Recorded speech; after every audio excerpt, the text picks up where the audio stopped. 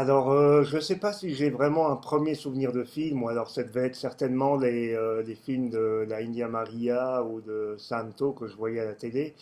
Je me souviens peut-être plus du premier film qui m'a vraiment marqué, c'est Canoa de Felipe Casals. C'est un film assez terrifiant, une histoire de lynchage en 1968 au Mexique. J'avais vu ce film à l'âge de 7-8 ans et j'avais été assez traumatisé.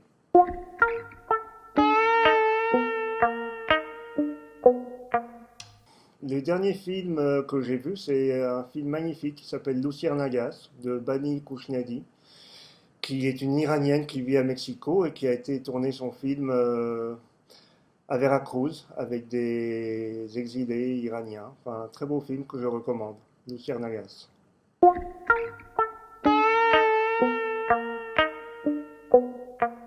Je pense à un merveilleux documentaire qui s'appelle En el Hoyo de Juan Carlos Ledur. C'est un film de 2006.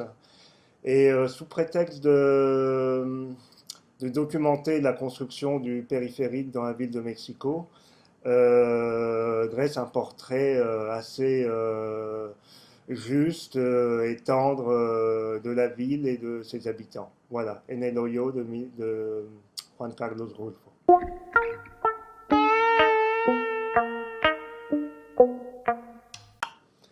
Un réalisateur fétiche, je pense tout de suite à Luis Buñuel, qui était pourtant espagnol, mais qui a fait ses plus beaux films au Mexique.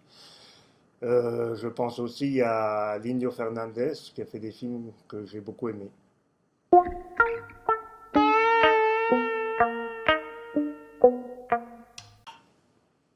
Un acteur fétiche.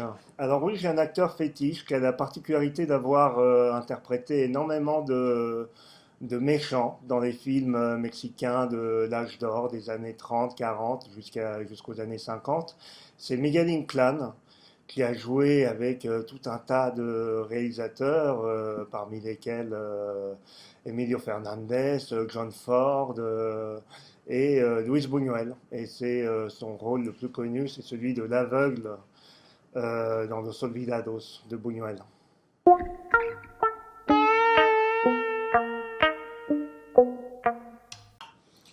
Les festivals de cinéma que je conseille, il en existe tout un tas, heureusement, au Mexique.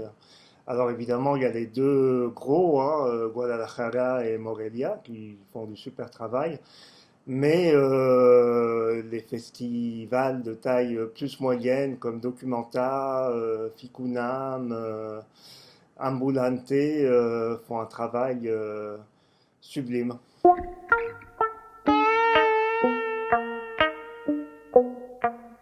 Quelques mots sur la Documenta de Querétaro. J'ai été invité avec mon film Catastrophe à la Documenta de Querétaro, un festival qui a lieu à Querétaro, qui est très bien organisé. J'ai été très bien reçu. Les séances sont ouvertes à tout le monde et sont gratuites et j'ai trouvé ça formidable. J'ai rencontré des gens merveilleux. Je pense notamment à Gabriel Horner du Museo de la Ciudad qui fait un travail magnifique dans son musée. La soirée de clôture du festival à laquelle j'ai assisté et où je me suis beaucoup amusé en dansant de la cumbia et en buvant des mezcal.